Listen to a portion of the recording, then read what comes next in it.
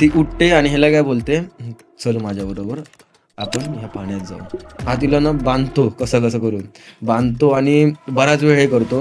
आणि हा म्हणतो की आज संपलं सगळं, विषय संपला. आणि त्यानं स्टार्टिंगला काय होतं माहिती आहे, घराच्या किचनच्या ह्याच्या दरवाजाच्या बाहेरनं, म्हणजे खिडकीच्या, आपली खिडकी असते ना त्याच्या बाहेरनं ना, काय करतो ये बघू पुढे, असा एक आवाज. त्या मुलीला दिसायला लागते ती बाई. आणि बाई कशी माहिती आहे काय, फुल जगलेली. तुला प्रॉपर सांगतो मी, अमरावतीमध्ये स्टोरी आहे. तर एक बिल्डिंग असते, अशी 5 माळ्याची बिल्डिंग असते. आणि एकदम क्षुल्लक कारणावरून ती बाई तिची जी बाजूला शेजारी नसते तिच्यावर करणी करते. सो हॅलो हाय मित्रांनो, कशा आहात तुम्ही? स्वागत आहे तुमचं सगळ्यांचा शैतान स्टोरीज या आपल्या मराठी हॉरर पॉडकास्ट एका नवीन एपिसोडमध्ये. तर आज पुन्हा एकदा आपल्यासोबत आहे प्रज्वल. सो प्रज्वल, स्वागत आहे तुझा. धन्यवाद मित्रा, पुन्हा एकदा इथे येऊन मला खूप छान वाटतं. आणि जो तुम्ही माझ्या आधीच्या व्हिडिओला प्रतिसाद दिला त्याबद्दल माझं thank you very much for that.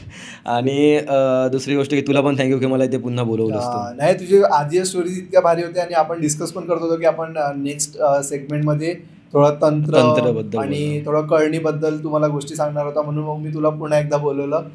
आणि तिथूनच आपण सुरुवात करू की तुझी जी पहिली स्टोरी तुम्हाला बोलला की तंत्र रिलेटेड तू सांगणार आहे, तर ती कुठली? तर माझी पहिली जी स्टोरी आहे ना त्याच्यात तंत्र एक्झॅक्टली असं नाही आहे, बट एक लाईक आजकालच्या लोक जे सोलो राईड किंवा कपल राईड करतात, रायडिंगला जातात लांब लांब, लेह लडाख तिकडे, हां, तर त्या रिलेटेड एक गोष्ट आहे. आपण तंत्राबद्दल नक्कीच बोलू. तर ही स्टोरी एक अशीच आहे एका कपलची. तर ते कपल जे असतं ते खूप राईड त्यांनी आधी पण केलेले असतात. तर ते अशाच राईडला एका जातात आणि ते एकदा राईडला गेलेले असतात ना की तो थोडा जंगलवाला एरिया असतो, म्हणजे त्या टाईपच्या पहाडो पे जा रहे थे हो, तसावाला. तर तेव्हा काय होतं, ते निघालेले असतात व्यवस्थित, एका धाब्यावरती ते थांबतात कपल. तर कपल धाब्यावरती थांबल्यानंतर ना तिथे ते मस्त जेवतात वगैरे. आणि जो धाब्याचा जो सर्व करणारा असतो, एक छोटा धाबा, मोठा नाही, तर मालकच असतो तो त्यांना काय बोलतो की तुम्ही आता जाऊ नका, पुढे घाट लागणार असतो, तुम्ही आता पुढे जाऊ नका, तुम्ही आज इकडेच थांबा, मी तुमची व्यवस्था करतो थांबायची, पण तुम्ही आता पुढे नको जाऊ.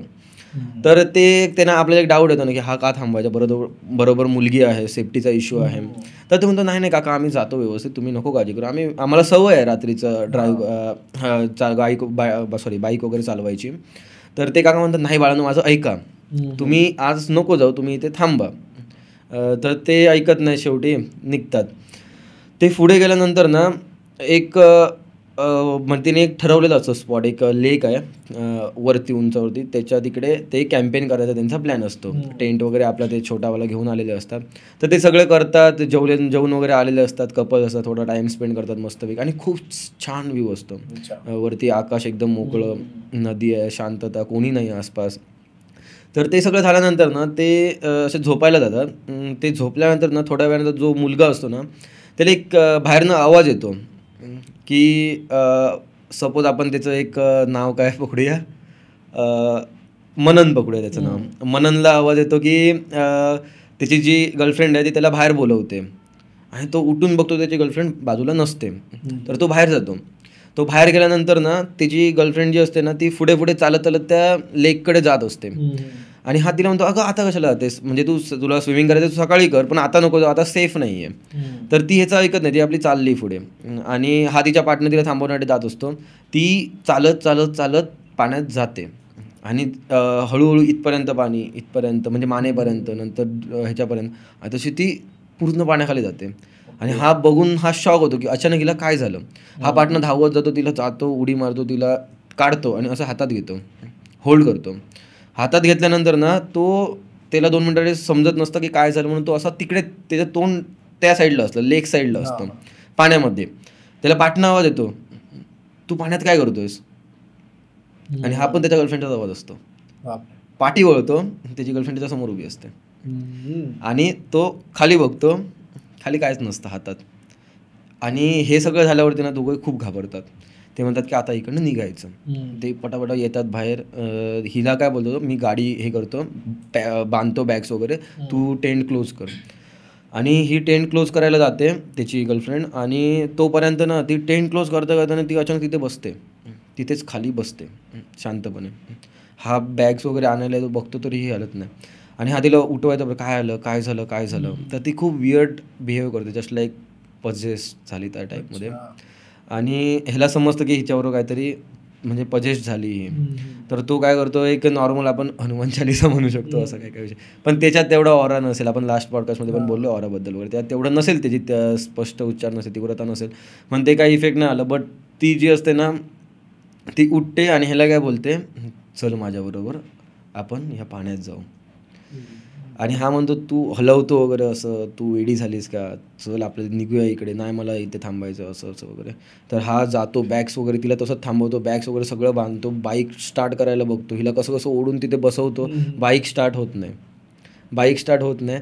आणि आपण प्रत्येक ह्याच्यात बघायला स्टोरीमध्ये ना, की आपले जे इलेक्ट्रिक इक्विपमेंट किंवा व्हेकल्स वगैरे तेच फेल होतात.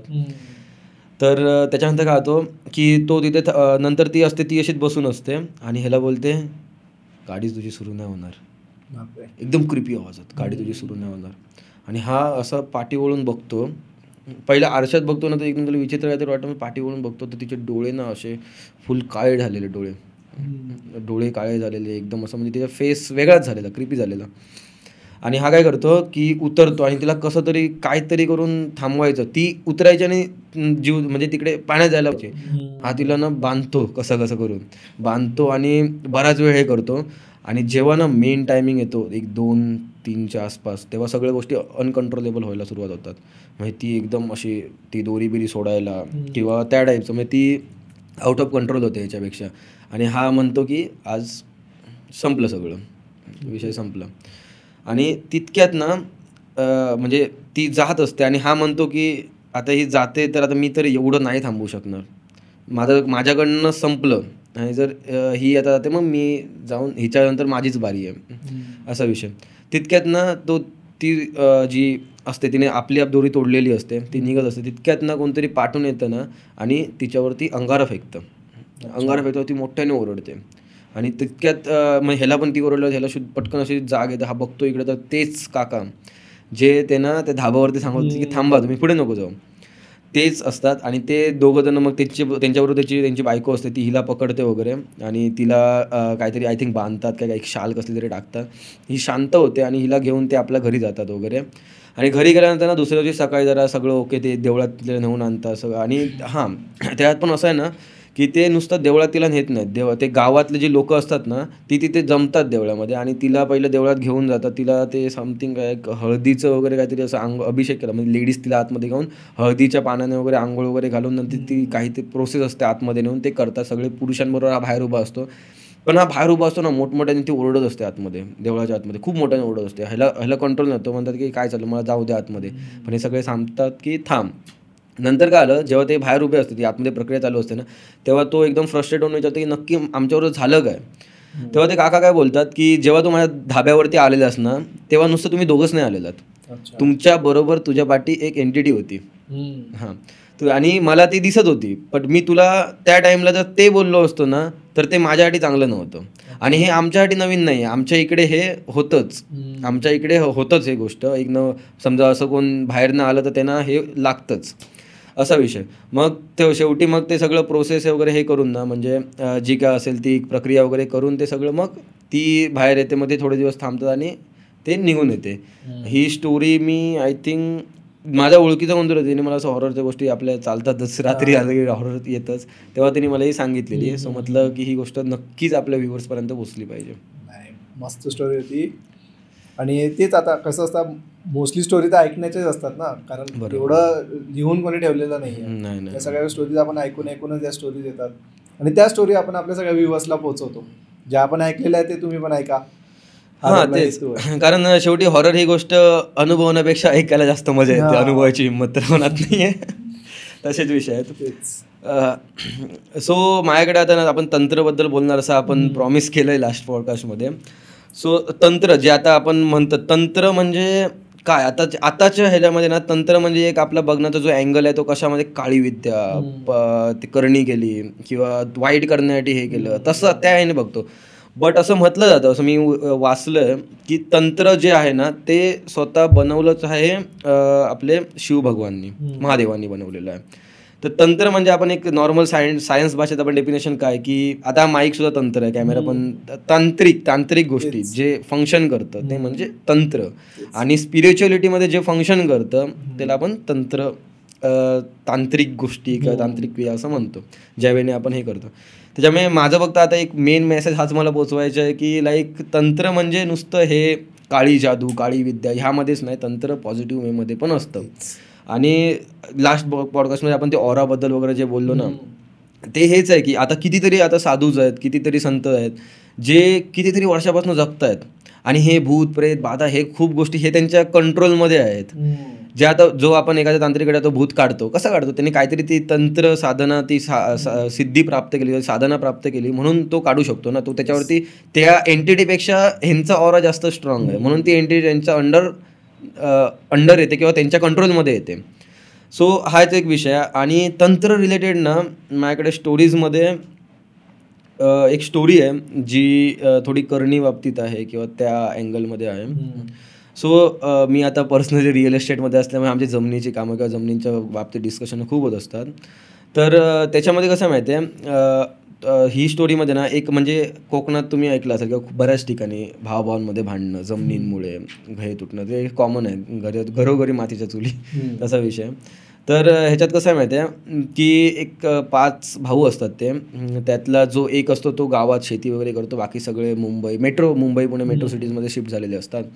आणि त्यांच्या गावी त्यांचे म्हणजे आई आय थिंक त्यांची असते, तर वडील त्यांचे एक्सपायर झालेले असतात, आई असते. तर जोपर्यंत त्यांची आई असते ना तोपर्यंत त्यांचं सगळं म्हणजे तीच सगळं बघा, मोठा भाऊ शेती वगैरे बघायचं आणि आईच्या अंडर सगळं. आणि नंतर मग त्यांचे काय होतं, अचानक त्यांची आई एक्सपायर होते आणि त्यानंतर मग ते जमिनीचे बंटवाऱ्याचा विषय येतो मेन. तर आपल्या इकडे तर एवढं ॲडव्हान्स किंवा एवढी मोठी माणसं नाहीत की बिल लिहून ठेवलं, विल वगैरे ते लिहून ठेवतात, तसं नाही. इकडे एक समान वाटप वगैरे करणं तसा विषय असतो. तर त्यात काय होतं की समान वाटपामध्ये ना त्यांच्यात 2 जमिनी ज्या असतात ना त्या गावाच्या म्हणजे असं मेन रोडकडे असतात आणि बाकीच्या ज्या जमिनी असतात त्या आतमध्ये असतात. तर मेन रोड त्यांचं म्हणणं कसं माहिती आहे, मोठ्या जो तिथे शेती वगैरे करायचा तो म्हणतो की हे सगळं मी कसलं आहे किंवा मी इथे मेहनत केली, तुम्ही तिकडे होतात, तुमच्याच्यात काही हातभार नाही आहे, तर त्या बाहेरच्या ज्या जमिनी आहेत त्या मला द्या, भले ते मला कमी द्या पण मला तिथल्या जमिनी द्या आणि आतल्या तुम्ही जमिनी आहेत त्या वाटून घ्या तुम्ही बाकीच्यांनी 4 भावांनी. तर मग ते शेवटी तू मे असा विषय होतो. तर आता आपण जी स्टोरी बघणार आहोत ना ती एक तो जो भाऊ गावी राहतो कसतो त्याच्या अँगलने बघणार आहोत, त्याच्याबरोबर जे झालं ते. तर त्याच्याबरोबर असं होतं ना की हे सगळं भांडणं चालूच असतं आणि हे काय लगेच सॉल्व्ह होणारी गोष्टी नसतं. हा ह्याच्यावर केस करणार, तो त्याच्यावर केस करणार, कोर्ट कचेरीचे विषय. तर त्याच्यात कसं होतं माहिती आहे, जो तिथे असतो ना गावाकडचा तो एक म्हणजे जरा एवढा स्मार्ट बीड किंवा असं उलट्या डोक्याचा नसतो. तो एक नॉर्मल आपली डेलीची डेली कामं करणं आणि गावातला प्रॉपर सिम्पल साधा माणूस. तर ना अचानक काय होतं माहिती, त्याला 2 मुली असतात, मुलगा नसतो, 2 मुली असतात त्याला. तर त्यांच्या ना एक मुलगी असते ना तिचं लग्नाचं बघत असतात ते आणि दुसरी असते ती शाळेत असते, कॉलेजमध्ये असते. तर ह्यांचं कसं माहिती आहे, ती दोन्ही मुली खूप हुशार, सगळं व्यवस्थित चाललेलं असतं, मोठी मुलगीचा जॉब पण चालू असतो. तर त्याच्यात कसं होतं माहिती आहे, ह्यांचं अचानक ना घराकडे ना म्हणजे एक मातीचं घर असतं आणि त्यांना स्टार्टिंगला काय होतं माहिती आहे, घराच्या किचनच्या ह्याच्या दरवाजाच्या बाहेरनं म्हणजे खिडकीच्या, आपली खिडकी असते ना त्याच्या बाहेरनं ना काय करतं ये मग घोडे असा एक आवाज, म्हणजे मी मराठीमध्ये सांगतो या मालवणीमध्ये, काय करतेस ये ना इकडे, असा एक आवाज यायला लागतो. स्टार्टिंगला पहिल्यांदा कमी यायचा, त्याची फ्रिक्वेन्सी कमी होती, नंतर हळूहळू वाढत गेली. पहिला ते मोठी जी मुलगी आहे ना तिला ऐकायला येत होतं, नंतर हळूहळू सगळ्यांनाच ऐकायला यायला लागलं. आणि हे असं बरेच दिवस चालले वगैरे. शेवटी गावातले म्हणजे देवदिवस की नारळ बिरळ फिरून म्हणजे जे काढून टाकतो आपण नॉर्मली जी प्रिकॉशन घेतो आणि गावातली माणसं लगेच प्रिकॉशन घेतात बारक्या हिंटवरती पण ते सगळं ते करतात. बट नंतर जसा टाईम वाढत जातो म्हणजे जसा टाईम पास होतो ना त्याच्यात कसं होतं माहिती आहे, ती जी आवाज आहे ना तो आधी बाहेर नाही यायचा, नंतर मग किचनमधनं यायला लागला, नंतर मग बाथरूममध्ये यायला लागला, बेडरूममध्ये, हॉलमध्ये, देवाची रूम सोडून सगळीकडे यायला लागला आणि सगळ्यांना यायला लागला. आणि ह्याला ना एक 4-5 महिने होऊन जातात. हे असंच चालू असतं 4-5 महिने ते करतात, त्याच्यावर जी काय रेमेडी असते ती करतात, बट त्याने काही होत नसतं. नंतर 4-5 महिन्यानंतर ना त्या मुलीला दिसायला लागते ती बाई, आणि बाई कशी माहिती आहे काय, फुल जळलेली, आणि म्हणजे बघून घाण वाटेल किंवा ते अशी बर्न बॉडी वगैरे ते सगळं, तशी बाई ती. पहिली तिला दिसते तेव्हा ती ओरडते आणि ऑब्व्हियसली घरातले न विश्वास ठेवणं असा काही विषयच नाही की ऑलरेडी चालूच आहेत ते सीन. त्यानंतर ते काय करतात माहिती आहे, त्यांच्या गावात ना अनायसे हे सगळं चालू असतं दिसायला, आणि एकेकाला मग हळूहळू ते सेम प्रोसेस सगळ्यांना दिसायला लागतं हळूहळू. त्यांच्या गावात ना एक अनायसे ना एक भटजी येतात, म्हणजे काहीतरी समथिंग प्रोग्रामच्या निमित्ताने ते येतात मेन देवळात.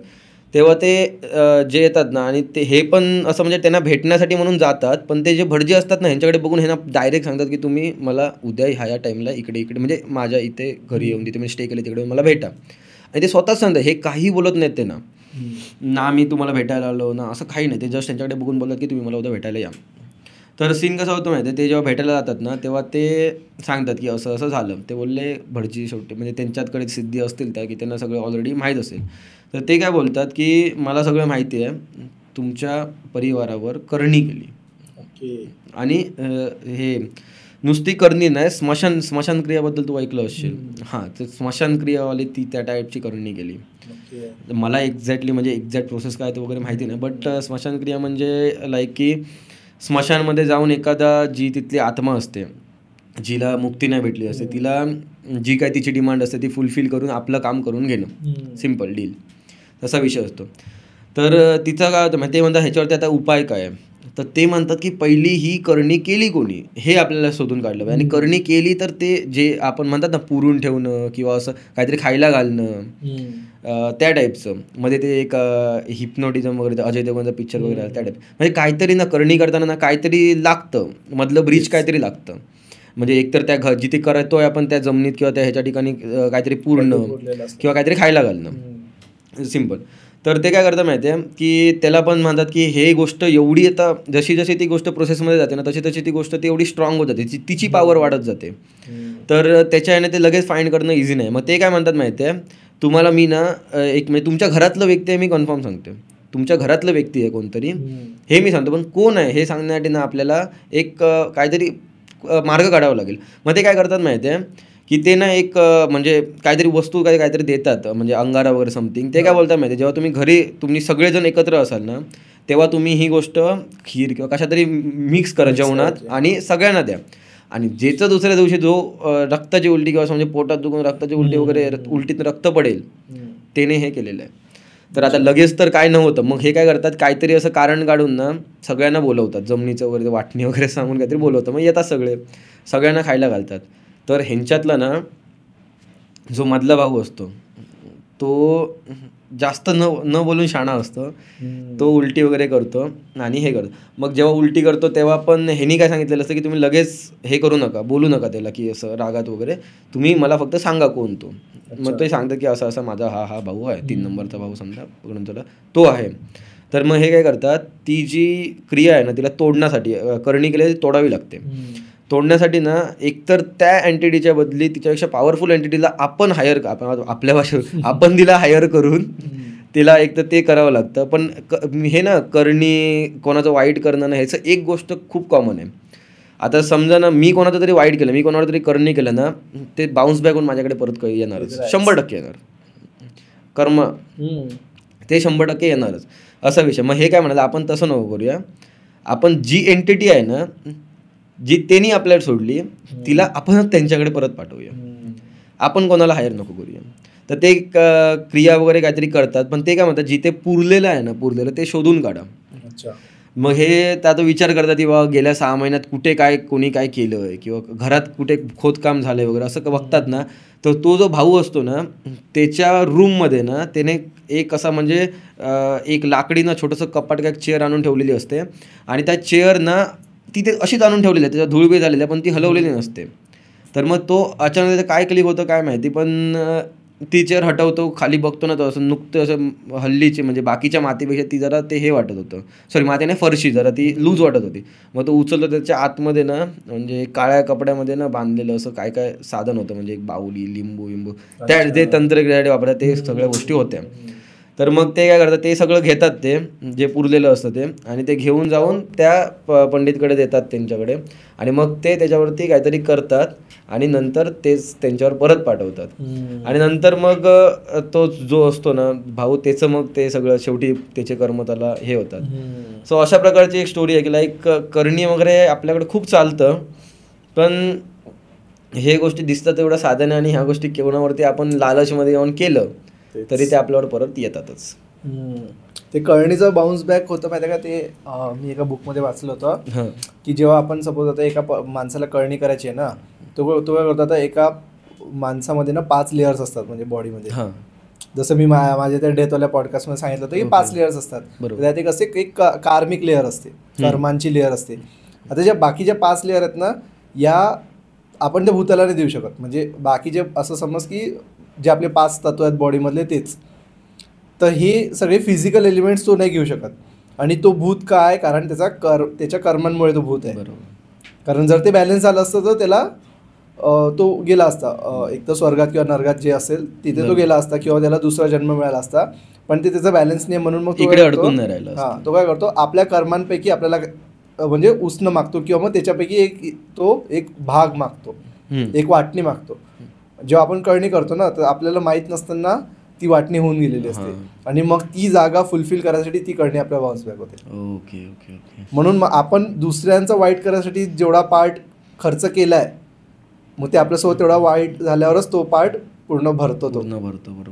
म्हणून ही कळणी बाउन्स बॅक होते. म्हणजे ही जेव्हा बाउन्स बॅक होते ना याच्यावरती रिसर्च करतानाच या गोष्टी मला माहीत पडलं होतं की एवढ्या सगळं काही असतं. त्याच्यावरून मग तो डेथचा पूर्ण कन्सेप्ट आला होता माझ्या वाचण्यामध्ये की डेथ कशी होते काय होते. तर कळणीचाच एक अजून माझ्याकडे पण एक किस्सा आहे की म्हणजे एकदम शॉर्टमध्ये सांगतो मी. तर स्टोरी अमरावतीमधली आहे तुला प्रॉपर सांगतो मी. अमरावतीमधली स्टोरी आहे. तर एक बिल्डिंग असते अशी 5 माळ्याची बिल्डिंग असते आणि एकदम क्षुल्लक कारणावरून ती बाई तिची जी बाजूला शेजारी नसते तिच्यावर कळणी करते. ओके. आणि एकदम क्षुल्लक कारण असतं की तुमच्या घरातून आम्हाला आवाज येतो किंवा मग असेल काहीतरी एक्सवायझेड कारण पण एकदम क्षुल्लक कारण असतं. तर ती काय करते माहिती आहे का आता आपल्याला पण माहिती आहे की जेव्हा आपण आजूबाजूला शेजारी वगैरे राहतो तर सुरू असतं आपलं देवाणघेवाण असतं साखरेची देवाणघेवाण म्हण किंवा मग काही पण भाजी आपल्याकडे जर एखादी बनवली असेल तर आपण देतो शेअरिंग वगैरे करतो आपण. आता हिचं तिच्यासोबत चांगलं असतं संबंध पण काहीतरी कारणावरून त्यांचे होतात मध्ये मध्ये भांडणं आणि ते भांडणं अख्ख्या बिल्डिंगला माहिती असतात की यांचं थोडं आहे म्हणजे एक आपण म्हणतो ना छोटी मोठी नोकझोक आहे त्या दोघींमध्ये पण एवढं काही एकदम हाय लेवल नाही. एकदम टोकाचं काही नाही की बिलकुल बोलतच नाही आहे. बोलचाल वगैरे आहे सगळ्या बायका वगैरे भेटतात वगैरे ते पण होतं पण असतात थोडंसं मनात असतात काहीतरी शंका. तर ही जी बाई असते ना ही एका खेड्यागावाला बिलॉंग करणारी असते आणि तिला या सगळ्या प्रॅक्टिसेस माहीत असतात. ओके. आता तिला कसं असतं की तिला तिच्या पद्धतीने गोष्टी पाहिजे त्याची बॉस टाईप आणि ती बाजूची जी असते ती एकदम अशी जॉली पर्सन तिला काही घेणं देणं नाही होत असेल त्रास तर करेल सहन अशा टाईपची ती असते.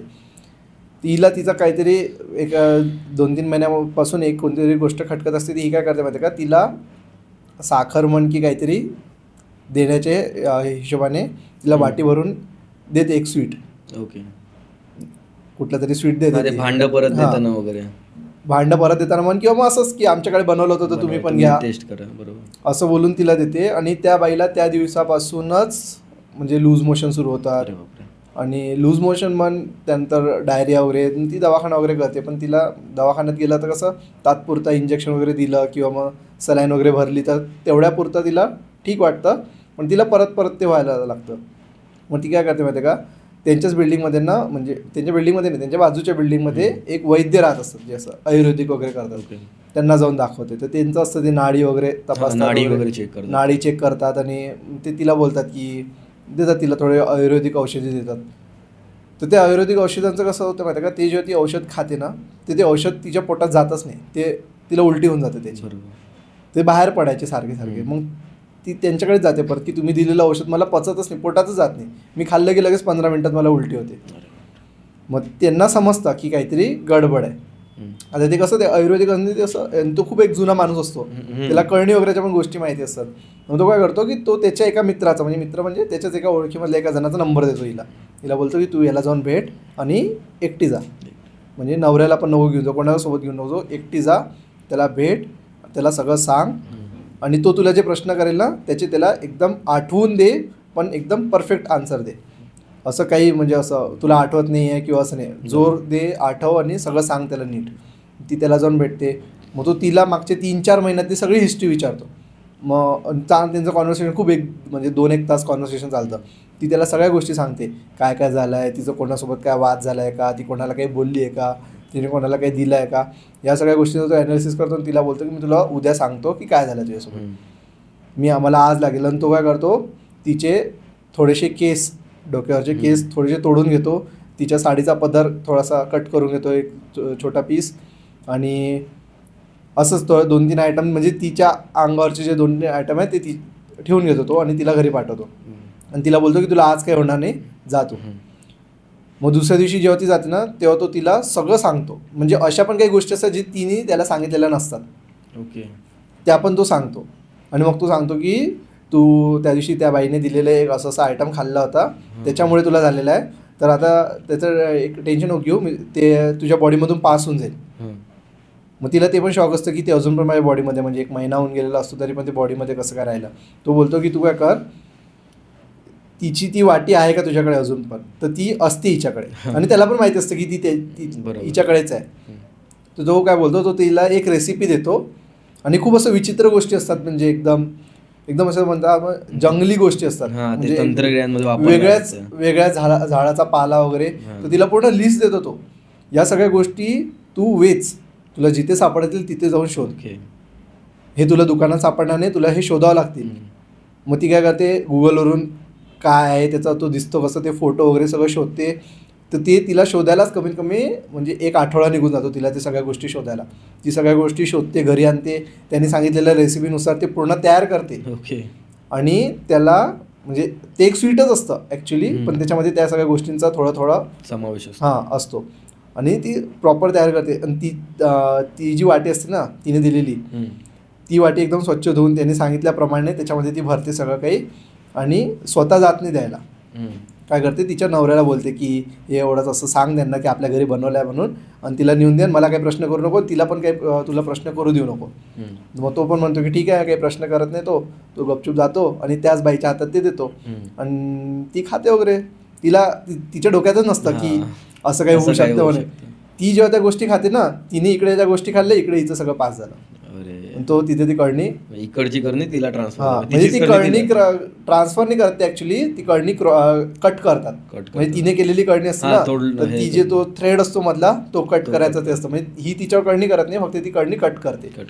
तिला ती भीती असते की तिच्यावर जर आपण कळणी केली तर आपल्यासोबत काय होईल. तर तो तिला सांगतो, तो जो असतो तो महाराज, तो सांगतो की तुला काय होणार नाही, आपण फक्त कळणी कट करतोय. आणि अशा प्रकारे मग तिची ती कळणी कट होती. इकडे तिला ते सगळं पास होतं. तर तिला इतके दिवसांचे लूज मोशन असतात, तर मग ते तिचे एकदम थांबतात आणि सगळे एकदम प्रॉपर होते. आणि असं होतं की त्या 1 महिन्यामध्ये ती खातपीत पण नाही, तर तिचं वेट लॉस पण झालेलं असतं चांगलं. तर ते सगळं काही तिचं रिकवर होतं. तर अशा पण असतात कळणी ज्या म्हणजे आपण अशा क्षुल्लक कारणावर लोक करू शकतात, आणि आपल्याला कळत नाही रे कोण आपल्याला काय देईल खायला आणि त्याच्यामधून काय होईल म्हणून. एक्झॅक्टली. आता तू किती, आता तर हे टॉपिक ना वशीकरण वगैरे, आपण माझ्याकडे पण एक स्टोरी आहे वशीकरणवरती, मी तुला सांगेन. पण ह्या ज्या गोष्टी आहेत ना, म्हणजे आपण इमॅजिनच नाही करू शकत. म्हणून अगोदर की कोणी काही असं बाहेरच्या दिलं तर खायचं नसतं, दिलं तर खायचं नाही, आणि बाहेर तर मुळीच खायचं नाही. तुम्हाला काही दिलं असेल तर तुम्ही घरी घेऊन या आणि घरी येऊन खा ती गोष्ट. आणि त्या गोष्टी कळतात पण तेव्हा जेव्हा एक्स्ट्रीम लेवलला पोहोचतात. तेच. आणि ते परत आपल्याला ते तोडणारा आपल्याला तो मार्ग भेटला. आता हिला जसं तो माणूस भेटला अनायशी, तसं आपल्याला भेटला तसं नाही ना. तेच ना. त्याच्यामुळे हे तर प्रिकॉशन खूप बाळगलंच पाहिजे. छान स्टोरी होती पण.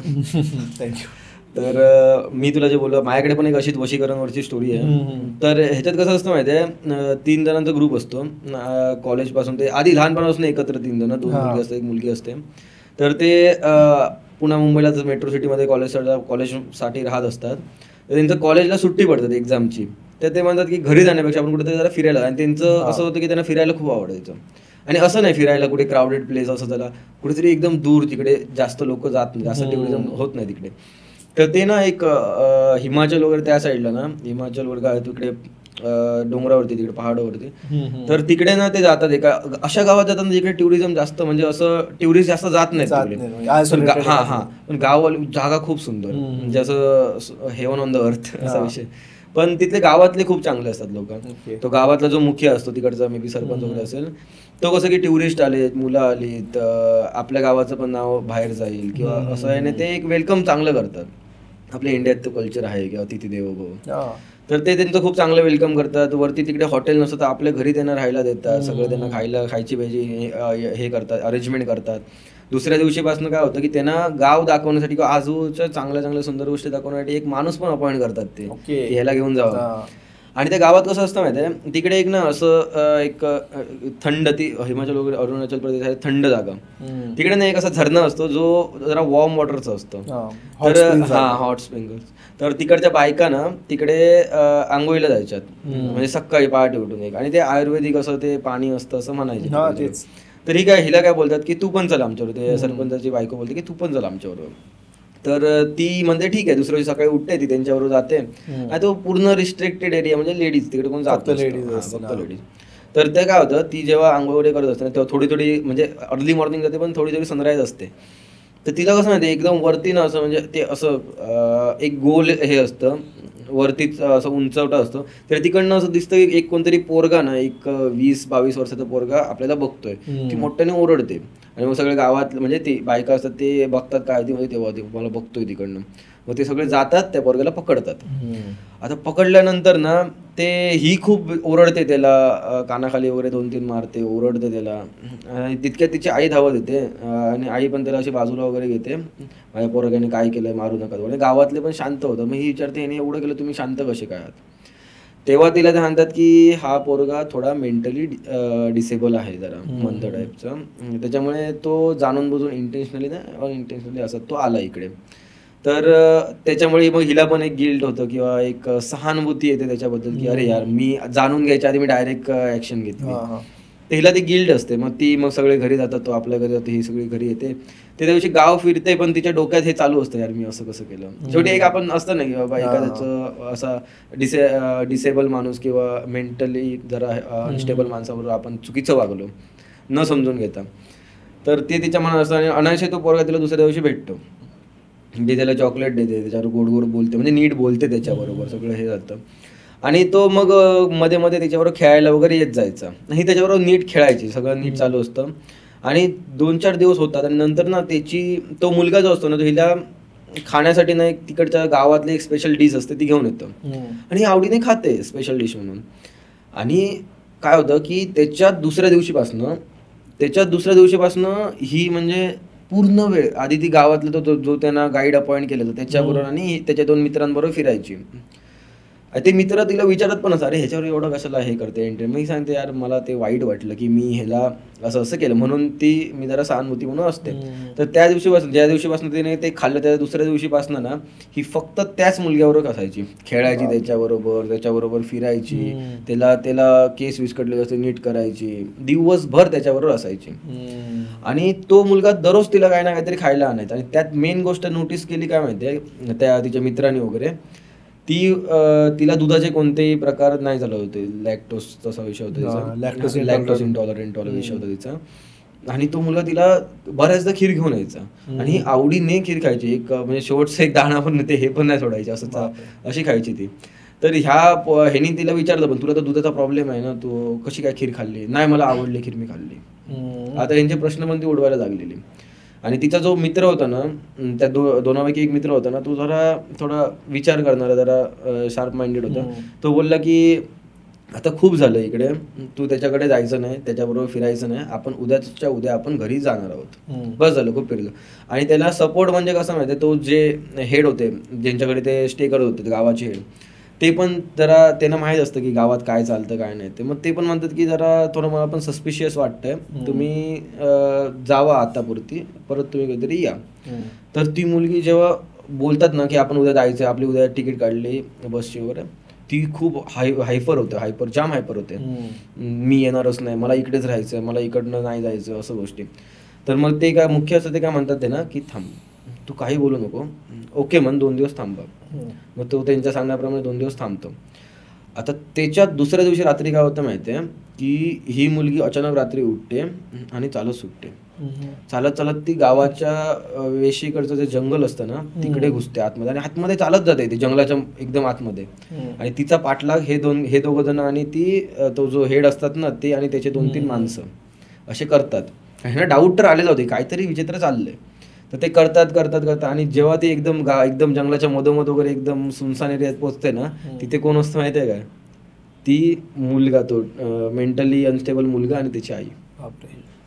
आणि त्या आईने तिथे लग्नाची अरेंजमेंट केलेली असते, हम्म. यज्ञ, त्यानंतर माळा, मंगळसूत्र, ते सगळ्या गोष्टी. आणि त्या मुलगा एका पाटावर बसलेला असतो, दुसरा पाट हिच्यासाठी असतो. तर ही जाते तिथे, एका शब्दाने काही विचारत नाही, जाते आणि गपचूप त्या पाटावरती बसते. आणि तितक्यात मग हे सगळे येतात तिथे. हे सगळे येतात, त्याच्यावरती त्याची जी त्या मुलग्याची आई असते ती घाबरते वगैरे. मग ह्याच्याबरोबर जे 2 माणसं असतात सर त्या हेडच्या बरोबर, ते त्या बाईला पकडतात, बांधतात तिकडे.